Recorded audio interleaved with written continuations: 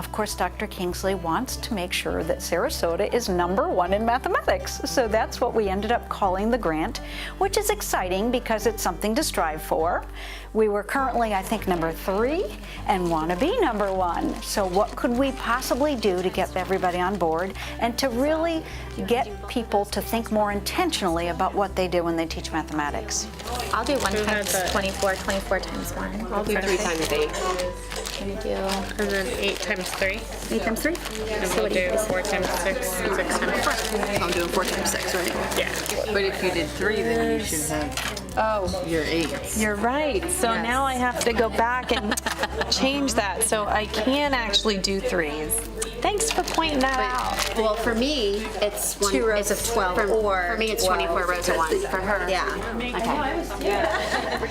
So we set out to think what would be the best way to do it, and we came up with the plan similar to what they do in Japan called lesson study, where teachers come together in a training that I would provide and learn about the mathematics they're teaching, as well as work with each other, collaborating and talking about ideas that work and don't work. And then they would come together and they would plan a lesson, they would develop a lesson and try it out. Other teachers would be invited into the classroom to see how learning takes place in their classrooms, and we get together and we talk about it and we think about effective things we saw, and we're looking very closely at what actually is going on in the students' minds. I told you, if you have 3 brains working in a group, who should I see working?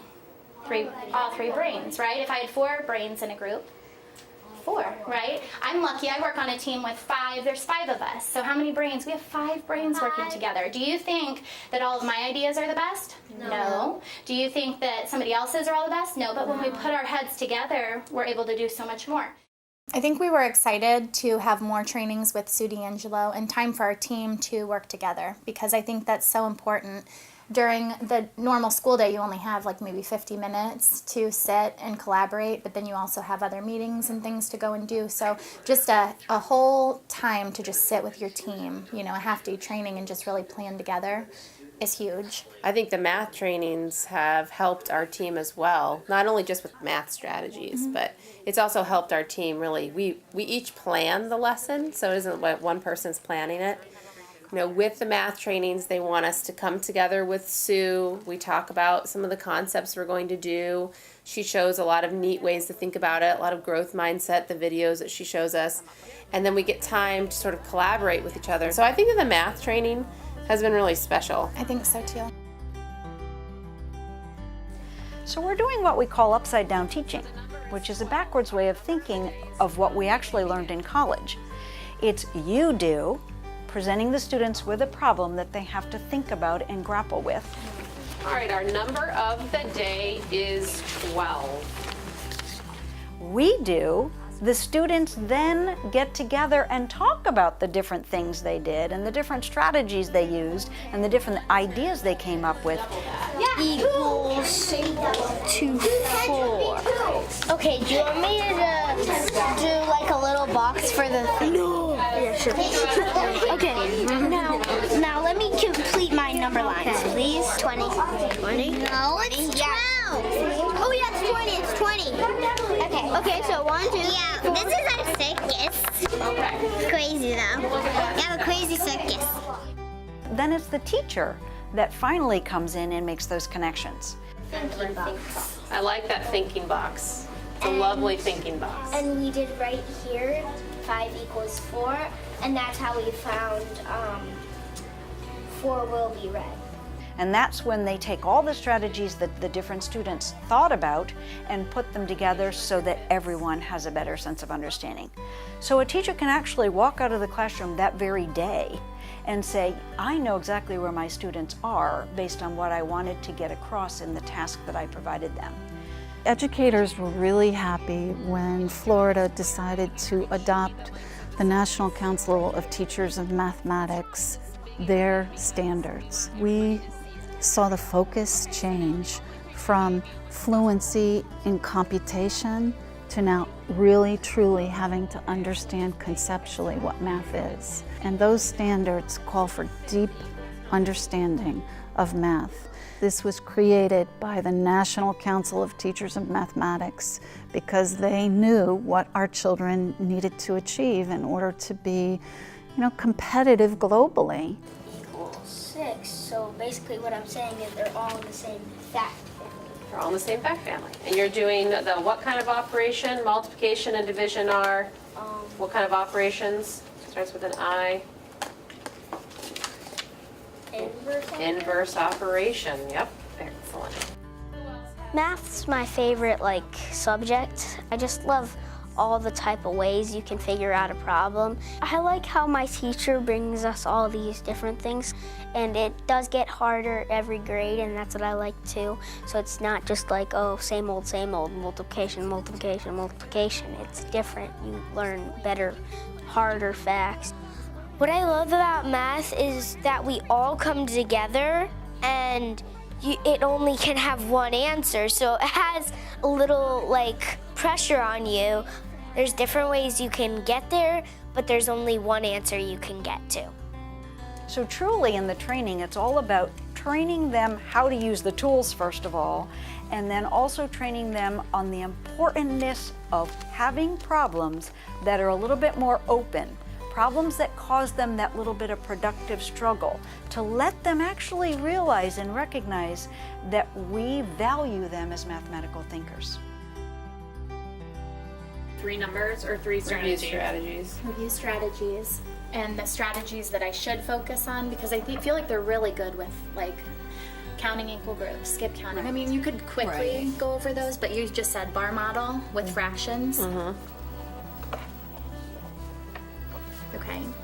We're actually training the teachers to be able to recognize that it is the opportunities they create for their students that is what's going to make the difference in the students' level of understanding. So when they get together and they collaborate and they talk about ideas and tasks and prepare those ahead of time as a team that collaborate together, and then again talk about it at the end, well, how did your children respond to this task? How did your children respond? And literally get together to talk about the different ways their children grappled with the information. We learn more about where our children's level of understanding are. So our real goal is to get the teachers to work together. Demonstrate, using these numbers, demonstrate something. Okay, I like that. So demonstrate. Yeah. Yeah, because they can first take out their manipulatives. So pretty much play first, demonstrate first, Yeah. And then go ahead and fill that all in. I like that. And then maybe each Great student, number of the day. and then each student could have their own color marker, so that you know that every student's participating. So if there's 2 students, they can each have maybe in the bag we can put different color, 2 or 3 markers, or how many students. Normally I do, when I've done them in the past, after we saw your math teams, I tried it with groups of 3, and it worked really well with 3, because I think I have kids that I think that it would make them all accountable. If there are only 3 people, if there's only 3, then they're gonna have to share. So the math trainings really help us dive deeper. And the math training started. Our team really has understood fractions at a much deeper level now because of these trainings. And our scores last year were amazing in fractions. They were terrific. And I think in part, well, I know, not in part, I know it's because of the math trainings. Because we get a chance to sit down with Sue D'Angelo, we get a chance to work together, we get a chance to see each other, we get a chance to look and observe and see kids learning. It's really special. There's your strategies, a reminder of the strategies. You can always look at our anchor chart on our math anchor chart board to remind yourself, what am I doing? What are different ways to show what I know? Right, so there's 9 groups of 3. Isn't that funny how we did it different, but we both came out with the same answer? I never would have thought about it the way you did it. What was your strategy? Can you tell us what you just did? That was brilliant. Bar model. Bar model. That was the bar model. Very nice. This is one number line. That's one way of showing it. Is there another way? I was thinking about Can you label it too, so I can see what am I looking at when I look at that? Well, Yeah. Isn't 30 a non-even number? Like. Yeah, it's even 15 and 15. 14? Yeah, 30 ends in a 0, so is 30 even or odd? It's even. Good. From everybody, I like to see how your brain works. It's been really exciting for me to watch the way we are reconsidering professional development across the district. I see it with the teachers, of course, in this grant, where teachers understand that we have relationships in this district that allow us to trust each other, allow us to hold on to each other as we're learning together, as we're perfecting our craft, as we are continuously improving. And in the end, our children are the winners.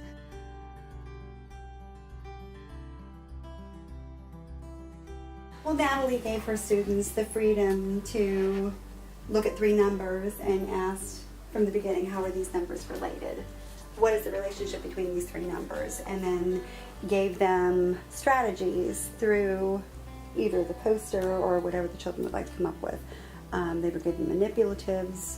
The thing that I really liked what you did was giving them a think pad and giving them the opportunity to have quiet thought before they started sharing with their partners. You know, what did they see themselves, writing it down on the think pad and then sharing it beyond that. Yes. Exactly. Planning, just like we talk about the backwards teaching, you do, we do, I do. It gave them the opportunity to think a little bit by themselves, come up with a plan for how they wanted to represent those numbers and think about how they related so they could actually together come up with a plan to put it on the poster. And then when the lesson transitioned to the group activity, where then you reminded them that now they each had to share a unique way that they did, come up with the variation of the numbers. It was nice to see the team captain, for example. She said, Jordan, you do the skip counting, I'll do the equal groups, and then you go ahead and do the factor rainbow to the other young girl. So cool. And her and Miles both together instantly were like, okay, 10 and 10, that's 20, and well, then we have 7 left over, so how are we going to split that? That to me was showing the growth mindset too, that they were working together to push themselves to see how they could do that. And then too, with your growth mindset, going with that, the poster with the groups in the very beginning before you started, what groups actually meant, that to me, if I was a child in your class, I would want to share my idea because I felt safe to talk about it, and that would allow me to grow, I believe. I think they'll get it because they already have the base skills. They already have the foundation, and it will be easy to now focus so much on something that I think is harder, which is the improper fractions. So I think it's great that we're doing it in multiplication. They've got it. And we were talking the other day, just our team in general, like with doing these trainings and stuff, we feel, I would say that if this is my 4th year in 3rd grade, like at first I felt maybe more stuck to a book. I love not being stuck and combining things more. I feel like a better teacher doing things like this because I'm not the one up there, like you said, lecturing them. They're doing it, but they're doing it well. And I think that's like it. And they like it. So it's like, but like we said, I mean, the first year it was like, oh my gosh, I have to squeeze this in and squeeze this in and squeeze this in. And when you think of a big test like FSA, we're doing pretty good getting them ready as a team. I mean, we can all look in our class and say, well, we've all done everything that was seen today.